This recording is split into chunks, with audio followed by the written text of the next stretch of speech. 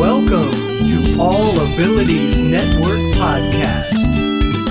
Now, here is your host, bilingual certified life coach, advocate, and the founder of All Abilities Network, Alvaro.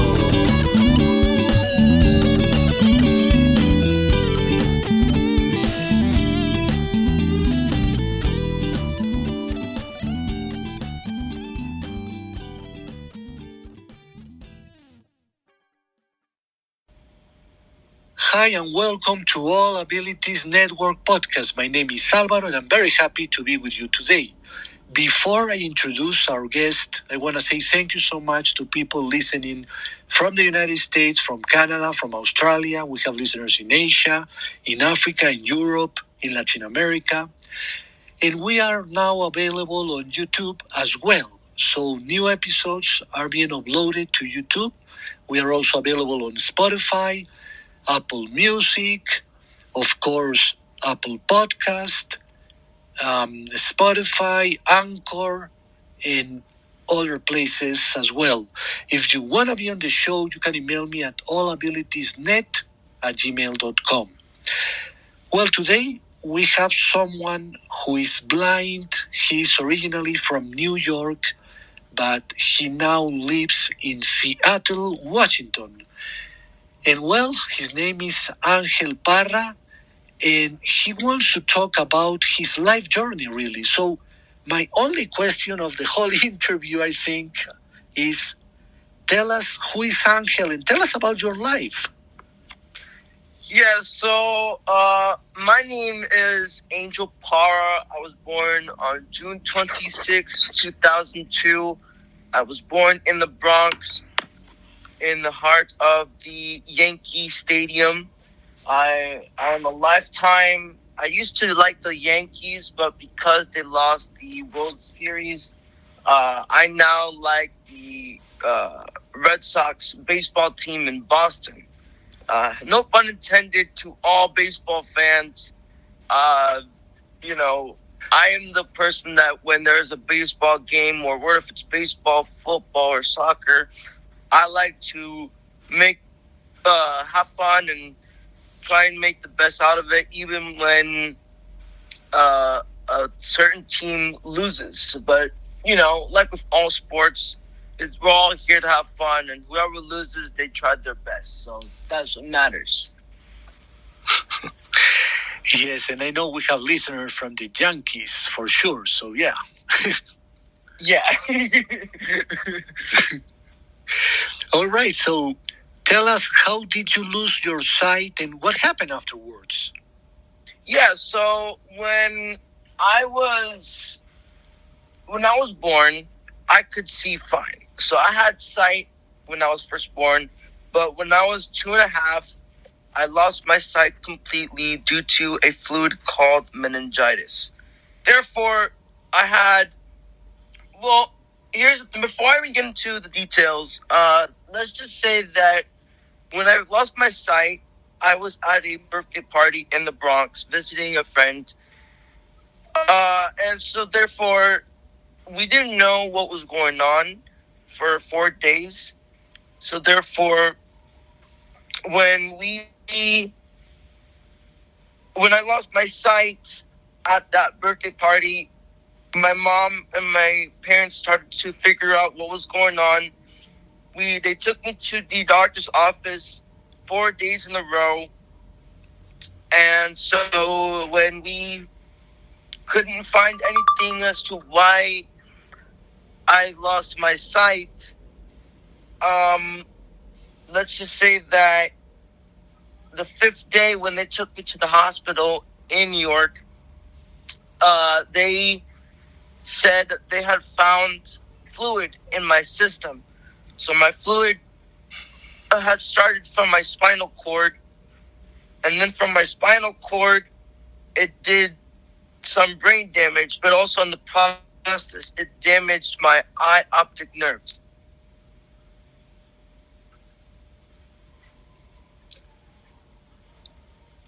Okay, so you can go on. Yeah, so when it damaged my When that fluid damaged my optic nerves, things went completely left because after I found out what was going on, I had 2 surgeries because they had said to my mom that I needed a shunt, a VP shunt. And for those of you who don't know what a VP shunt is, it basically prevents the fluid from draining into... It basically prevents the fluid from going into your head. Otherwise, if you don't stop the fluid from going into your head and doing brain damage, it will... you won't be here. So therefore, you will be dead. You can't fix it when it's if you don't put a VP shunt from draining the fluid. So I am thankful to have a shunt today. But something extraordinary happened to me while I was at school, and the same thing happened to me in 2018. I was at the Washington State School for the Blind, and I remember before I lost my sight again in 2018, I could see things like shapes, I could see colors, I could see images, and I could even see shadows. But when my fluid came back up in 2018, I remember going into the hospital, and they performed a major surgery to prevent the fluid from coming back up again. So therefore, it took about 3 hours to get a new one. So I basically, when I woke up the next day on June 1st of 2018, I remember I wasn't able to see. And so therefore, it was a whole different experience, because now, ever since I woke up on June 1st of 2018, I've been able to adjust to the new normal, which is I cannot see anymore.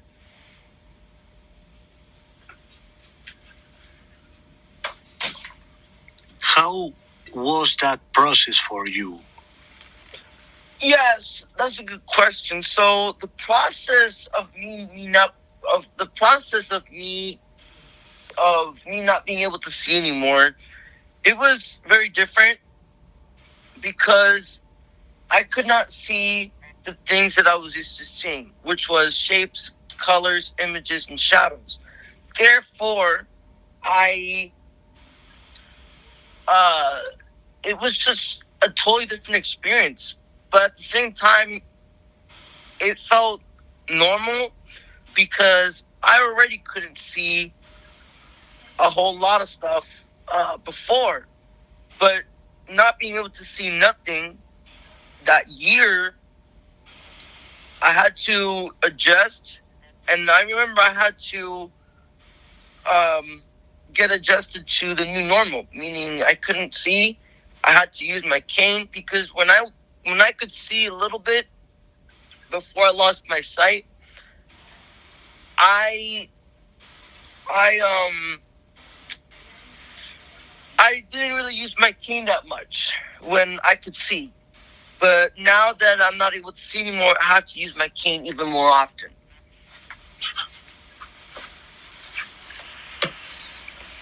That makes sense. And, we all have been, or many of us have been through that process of losing our sight. Right. But it doesn't happen, overnight, right? So Yeah, it does. Yeah, it does. And that's the thing I tell people, being, when you're like, I have a couple of friends that live, or they don't live in the same state anymore. They've all moved to different parts of the U.S. But I always tell people that can see a lot, and I tell them, Notas, look, asa de la hoja, being blind, botón. Toca dos veces para ocultar la hoja. Get adjusted to, because everybody's so used to seeing, doing the things that they like to do, drive, go to work, and they don't have to, do the same techniques that we have to use. So I always tell them it's going to be a process, and it's also going to take time, because you're not just going to learn everything overnight. You have to have the right people and the right resources to get adjusted to it. How was for you that finding the right people, asking the right questions, how it was? Repeat? How was for you asking the right questions when you lost your sight and finding the right people to deal with this?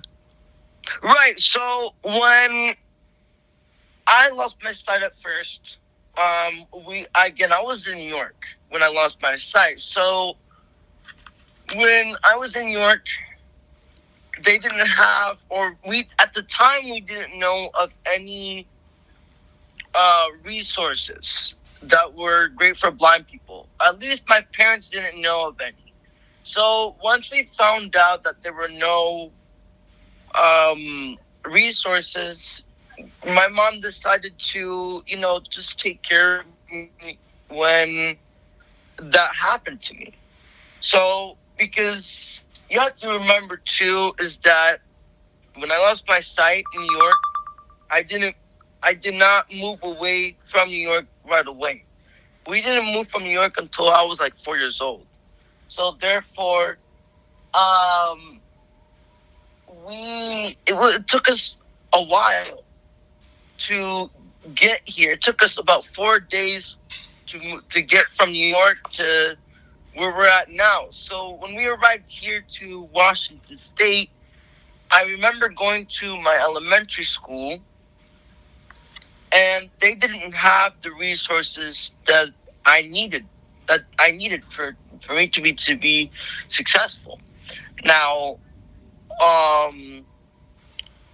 when I went to the elementary school, I didn't make a lot of friends because there were bullies. They didn't, know what I was going through. So they decided to treat me like a normal person, meaning they thought that I could see. They kept telling me, oh, go right here, go right there. I didn't understand what they were saying at the time because, due to the fact that I wasn't able to see, it was crazy. I didn't know what to do, and I had to rely a lot from the staff, a lot of help from the staff, until one day, the school board at my elementary school, they decided to come up with a group of people to figure out a way for me to learn how to read Braille, how to use a cane.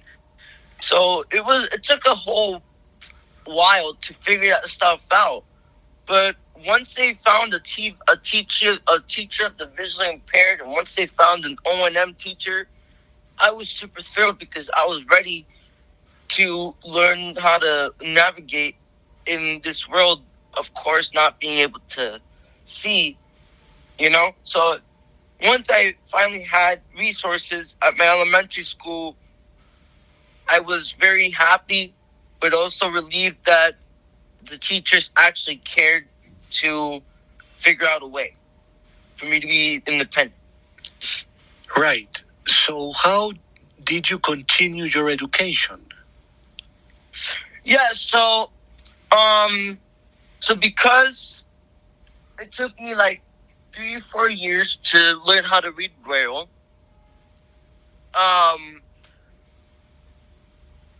I remember my teacher, my TVI. Also, by the way, if anybody's wondering, TVI stands for Teacher of the Visually Impaired. Right. So when she was teaching me how to read Braille, she had told me about another school that I never knew about at the time. She had told me about a school called the Washington State School for the Blind. That is a school that is kind of like a college. It has two dorms, one for the boys, two for the boys, and two for the girls. So four cottages in total. Fun fact, if you guys didn't know, that school is very old, but it's a good school though. That school taught me how to travel, how to cook, how to travel independently. So once I visited that school when I was like maybe 7 or 8, I was probably like 7. Anyway, so we took a trip to that school, and once we took a trip to that school, I was impressed. I just loved it, and it was just amazing because I had met this one beautiful girl who I'm still friends with today. Her name is Ciorianne. She told me, hey, well, if you ever come to this school, we have a lot of cool blind sports. She told me some of the sports they had, like they had goal ball, they had weightlifting, they had swimming, they had track. So I was like, all right, cool. I will join one of these sports when I come to the school. So when I went to the school in my 6th grade year, I was like, I wasn't ready to play sports yet. But when I was like in my 7th grade year, I finally, did, goal ball and weightlifting, which I excelled at. So, yeah. Sports are important, right? Oh, yeah. Sports is definitely important. And one thing I will say is that when I was at my elementary school, I remember they had a football field. And when they had the football field, I tried playing football with them. But the kids were so mean that they yelled at me, but they also told me in the not so polite way where they told me, like, no, you can't play sports because you're blind. I felt I felt mistreated, and I felt like they still could have given me a chance to even try it out. Because who doesn't want to try sports even if you're blind, Right. Sports is for everybody, I think. Yeah, I remember when I was probably, 13 or so, I had low vision, but I had very thick glasses. Right. So my sight was definitely not the normal one at that particular age, but it was a struggle to play sports. I will not lie. I mean, when it come to baseball or soccer or for instance, we did a lot of volleyball, but volleyball was super complicated for me because I didn't see the ball coming, Right. So it was in the air, but I was like, is it coming? And boom, it would go into my head, and so Right. because my attention was good, but definitely I was not quick enough to pick up when the ball was coming, and it happened with ping pong as well, and with tennis as well. So it certainly was a struggle. I'm very happy for our listeners that now we have so many blind sports for people who are totally blind, and they began their life understanding sports that way.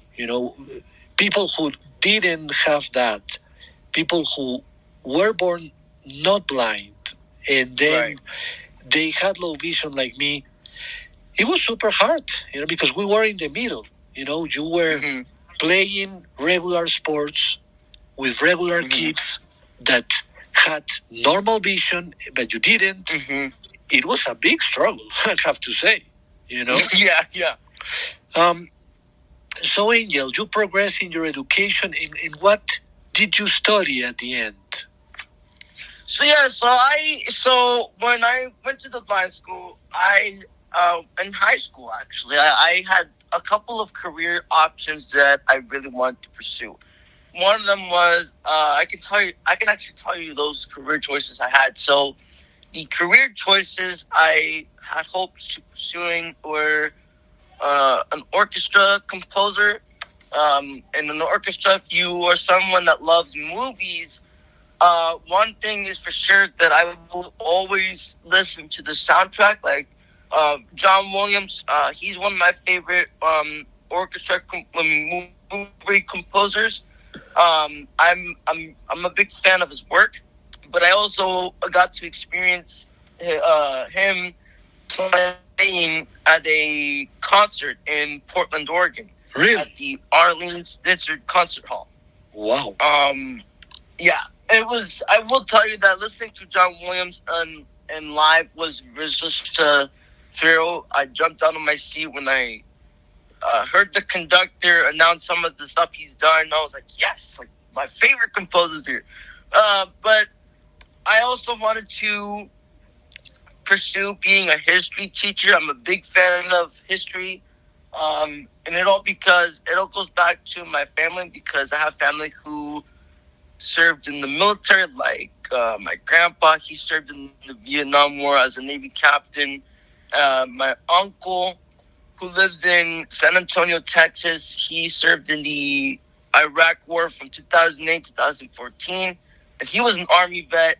And then you had my uncle, who lives in Pittsburgh. He's from my dad's side, and he was a former Marine contractor. He was stationed in Okinawa, but he would be the one to clean up the trucks where they bring in the military equipment to other bases around the country. And then I have one family member who lives in Virginia, who is also a Marine sergeant. She recently got promoted last year. And so my hopes is to one day visit her when I have the chance to save up more money. What a powerful family, my friend. That's for sure. Oh, yeah. I mean, high school was definitely my favorite, not only because I really enjoyed history, but my history teacher, she was, I mean, I considered her as an English teacher as well, because she would teach us a little bit about, English stuff and also history stuff. I mean, my classes were a bit different than anybody else's, because I never really understood certain things in certain classes. So therefore, I only had one class in 2 periods, but we still had room to learn a little bit about, certain events that happened back in the day, such as World War I, II, the Revolutionary War. And we even studied a little bit about the Vietnam War, all those events that you can think of, we learned about. I really wish I could have gone greater in depth, which I did, but there's still more studying to do, because again, these kind of events are interesting to me. And so I am actually going to go to a couple of World War II museums here this summer in Belgium. So I'm looking forward to that and learning some more stuff from there as well. All right, so that was high school, and then? Yeah, so, but back to high school, though, because history teacher, I already mentioned, and the last thing that I was going to study after high school was I was wanting to be an author, because I wrote a makeup story. I guess you could say that, a makeup story about a couple of Star Wars characters. So I'm a big Star Wars fan, everybody. So if you're not into Star Wars, that is completely fine. But at the time, because I was so obsessed with writing, I ended up writing a book about these Star Wars characters where they were preparing for an upcoming space battle because the Empire just likes to go after the rebels, and so therefore I got too obsessed with, writing Star Wars characters, and I'm also, like I said, I'm a big Star Wars fan, so therefore it's like when you're obsessed with a certain franchise, it's like you want to write about it, right? So why not? But it wasn't because I loved writing books too, but I also wrote about a 2-part skit that I had made up. And this play that I had made up was taking place sometime after summer break. And all my friends were excited to see each other. And I ended up having a couple of roles in that play. So, and the first part of the play I was the vice principal, where I was handing out all the schedules. And it's interesting because when I was the vice principal in the first part of the skit, I actually I made up the fake schedules, the fake school schedules. Alike, we had 7:45 math, 8:45 was Braille class, and then 9:45 was math, and then fourth period was science class. And I was the science teacher at one point, and then in the second part of the skit, I was a math teacher. Because I had another math class to help out with, so therefore, it was fun writing these things. I miss writing. Unfortunately, because I'm not in school anymore, it's kind of weird not having the materials you need to have to write in Braille and to go back to some of the things we love doing. Because unfortunately, materials for blind people they ain't cheap. Let me tell you that.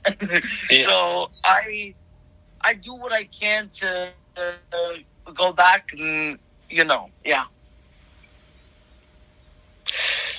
What's your age now? So I'm currently 22. I'm about to be 23 on June 26th. So after high school, what was your path? Yeah, so my path was to pursue college, and then when I left high school, I was thinking about going to college and mind you, I was going to college so that I could, decide, okay, what career am I going to do? I really had to think whether if this college was for me or not. So, and that was because, like I said, in high school, I had thoughts about wanting to pursue those career choices. History, art, or whatever. And right. So, because I chose not to go to college due to me realizing that I didn't do so great in school, and also was due to the fact that I was going through family trauma at the time, I just said, you know what? If I didn't really do that great in school, then that's okay. Not everybody does great in school, and it's not that I'm saying that you have to stop something because you didn't do something. If you feel like it, that's great, but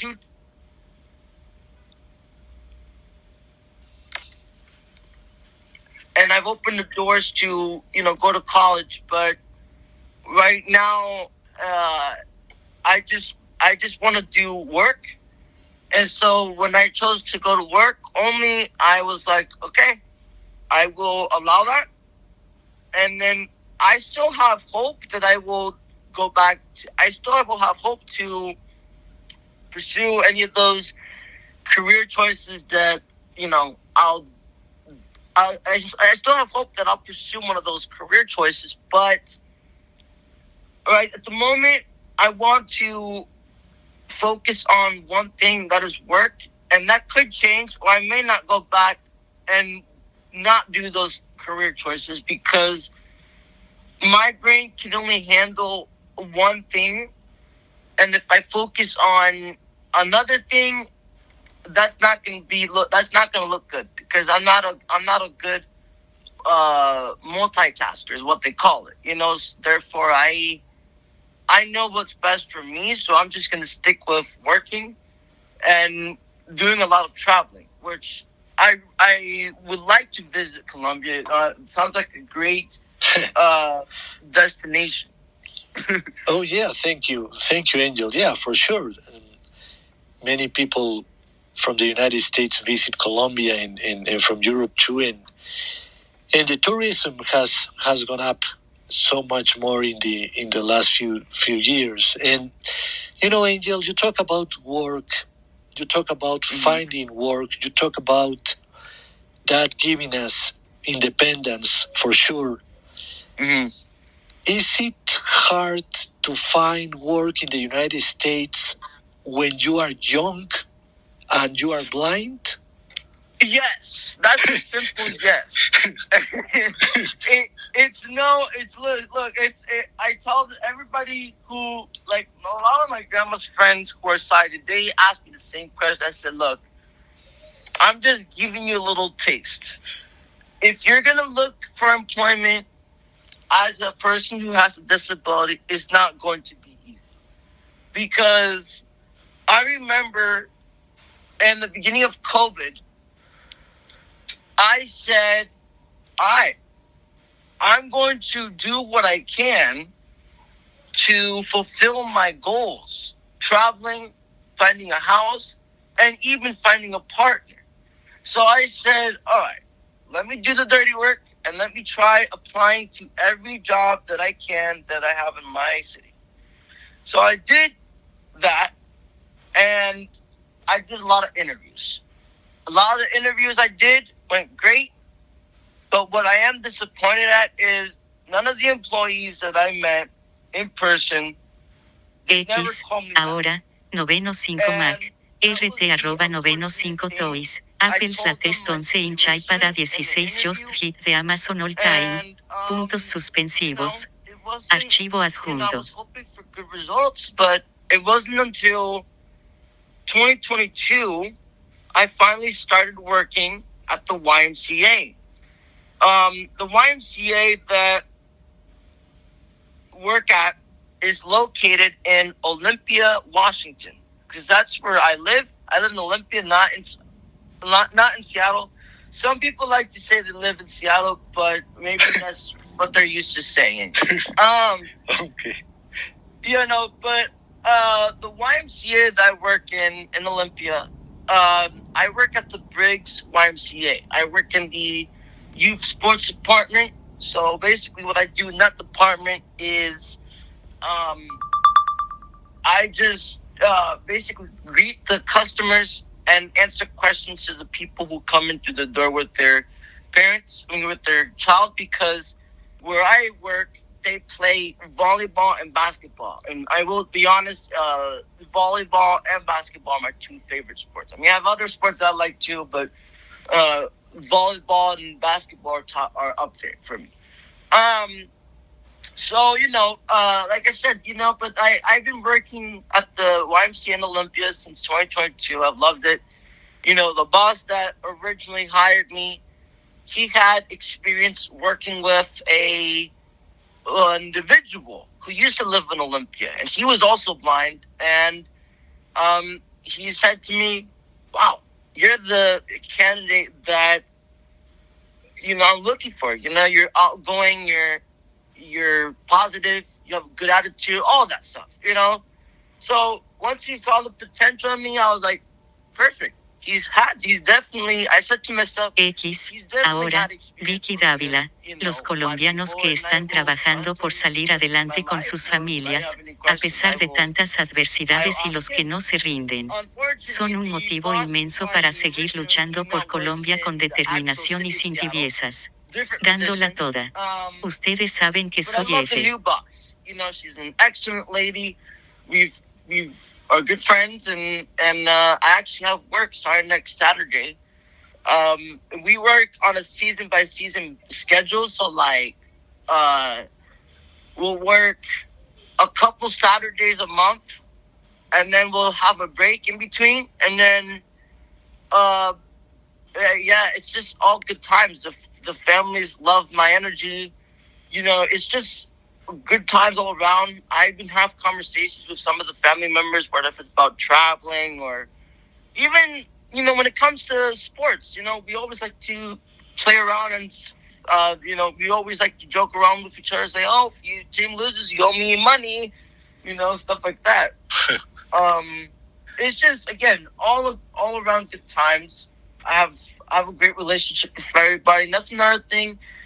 If you ever meet me in person, I'm a good person to hang around. I will listen to you, if you're having a bad day, or if you need to have a joke, I'll definitely come up with something funny, So I'm definitely quite the person to hang around with. And not too long ago, actually, last Thursday, I announced on my Facebook page saying that I am going to be getting a second job. And that second job that I'm going to be doing once I come back from Europe this summer, I'm going to be a bilingual translator. So I'll be translating stuff from Spanish to English, and I'm first going to start at an office space. But I'm hoping that now with this new job that I'm going to have once I come back from Europe, I'm hoping it will go farther, meaning I will hope that I can, do this job in the hospitals, courts, schools, even in other places that we need to go to on a daily basis. Doctors' offices, any of that kind of stuff, Angel, that's a great news, Yeah. And it's funny because I've always said, I'd love to have another job, just so that I can accomplish some of the stuff I want to do, like, traveling some more, even, like I said, finding my partner, or one of my other big goals is to have a big house with 4 bedrooms, because I said I want a big family.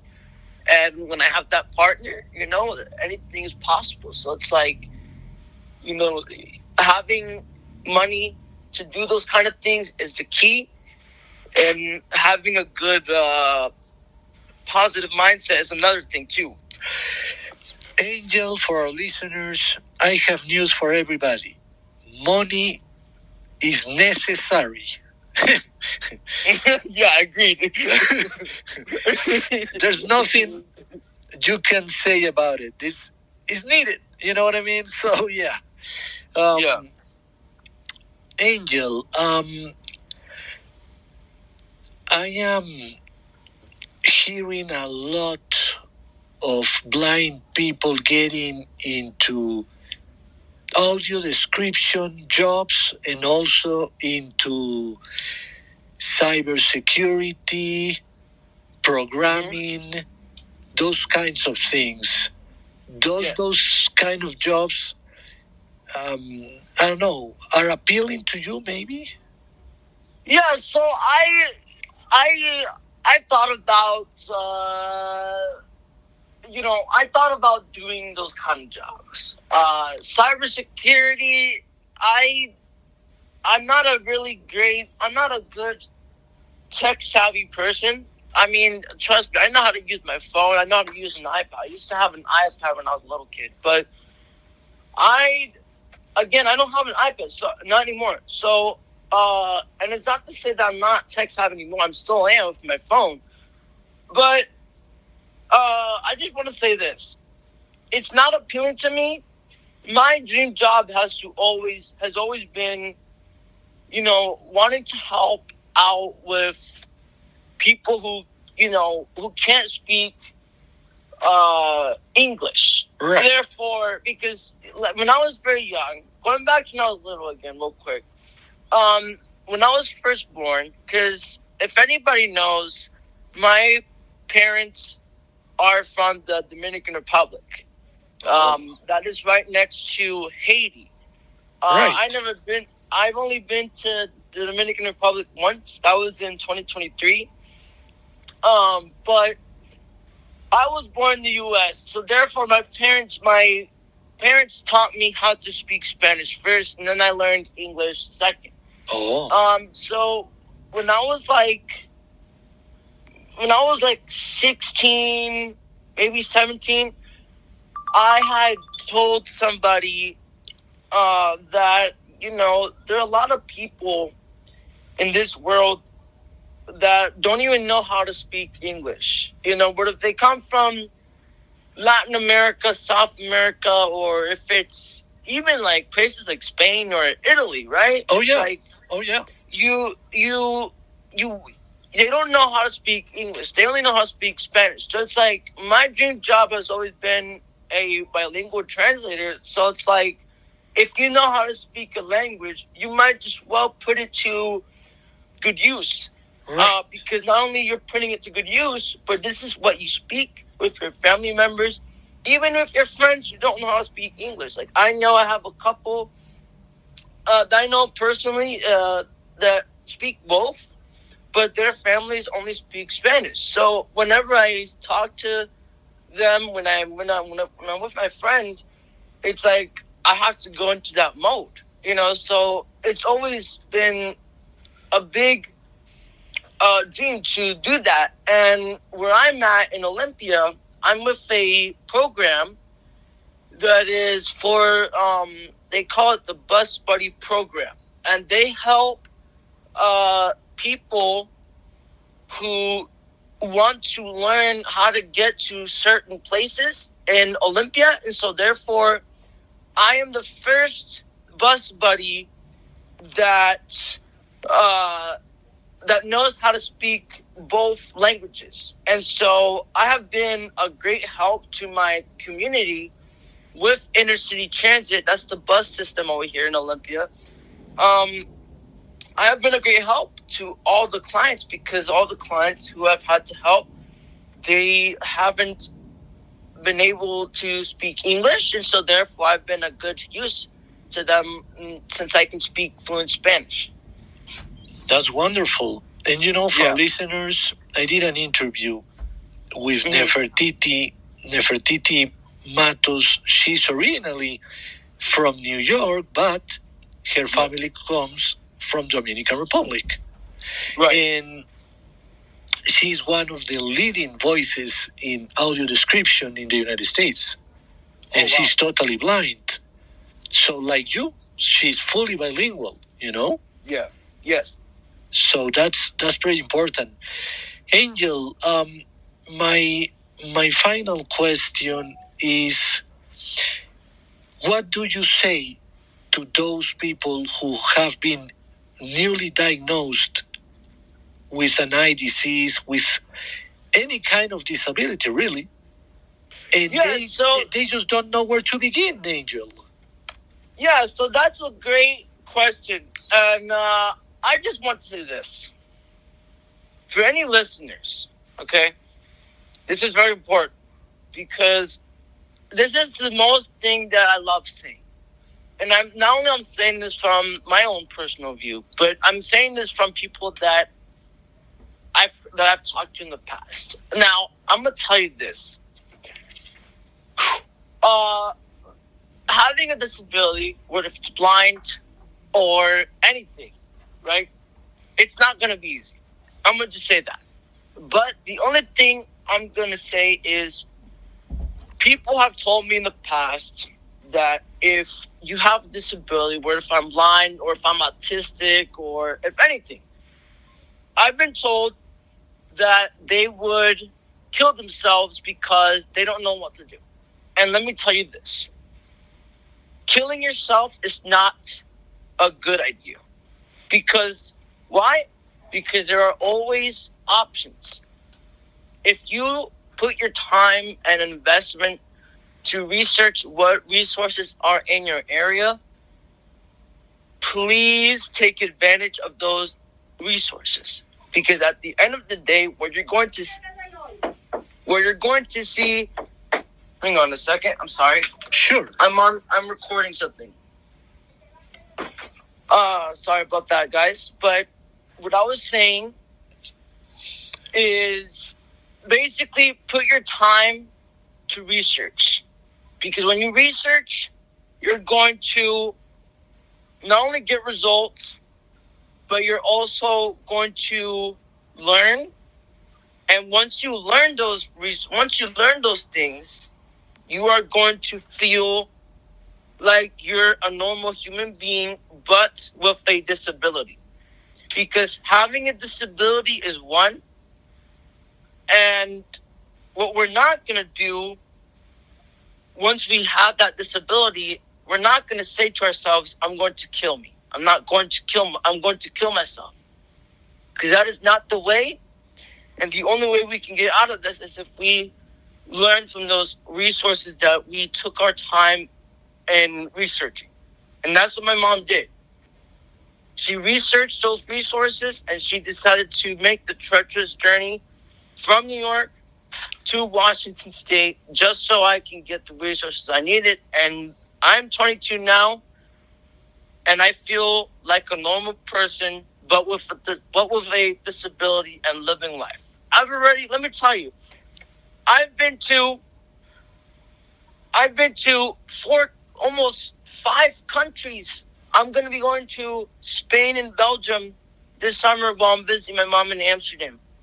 And look where that's got me. That's because I went to a school that taught me how to be independent.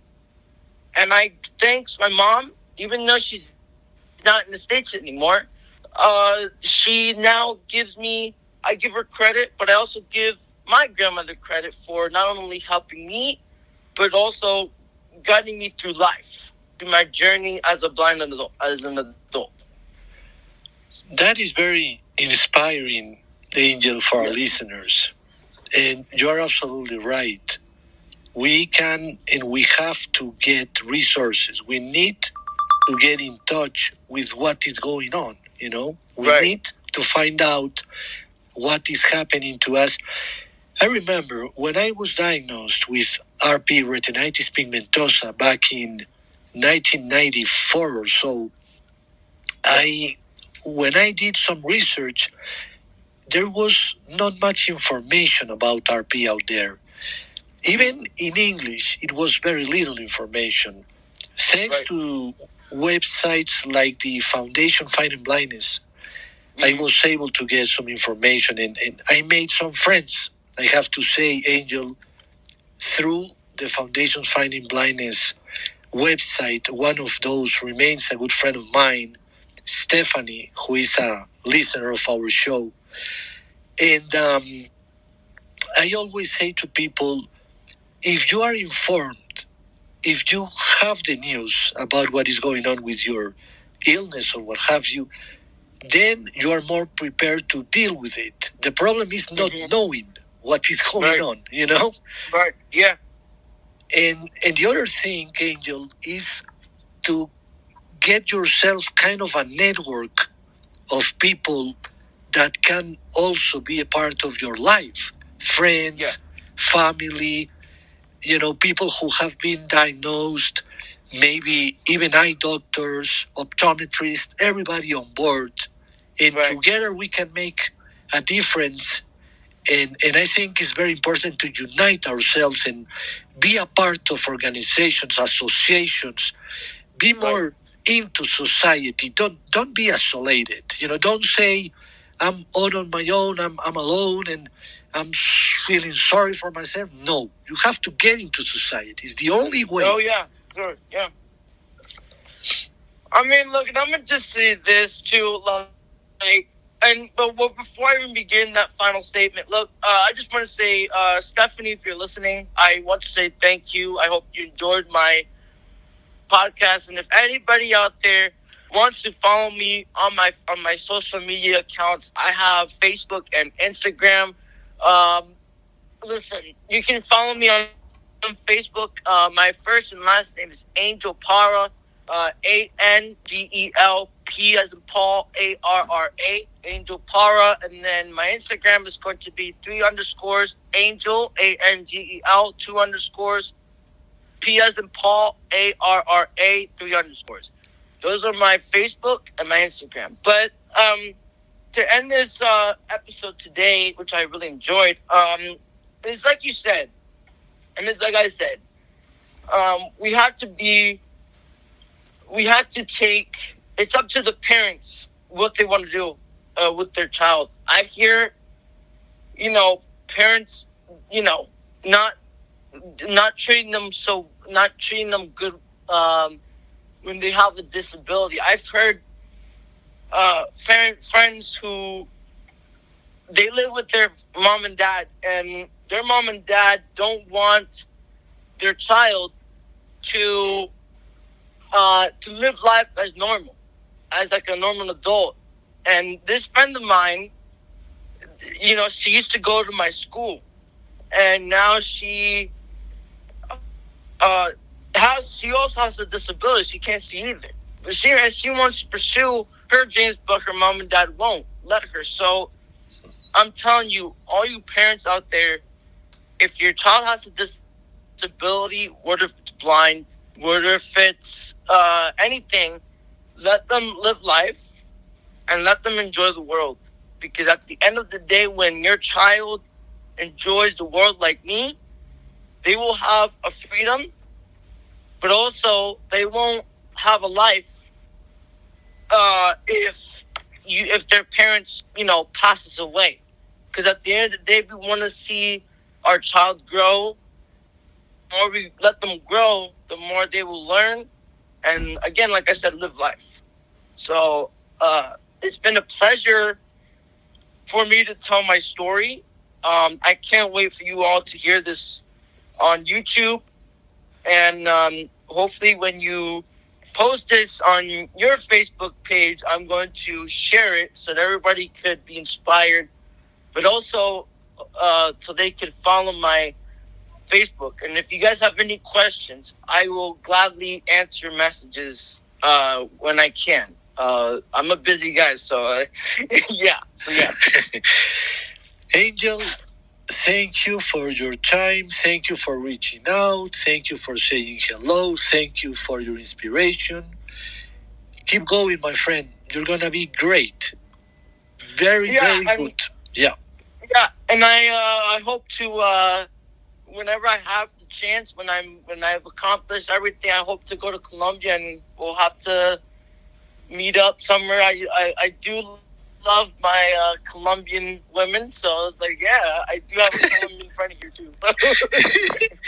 Thank you, Angel. Yes, you're welcome. Yes, we'll meet in person. You can count on that. And I have been in the States many times, so you never know, my friend. Oh, I'm pretty sure you have.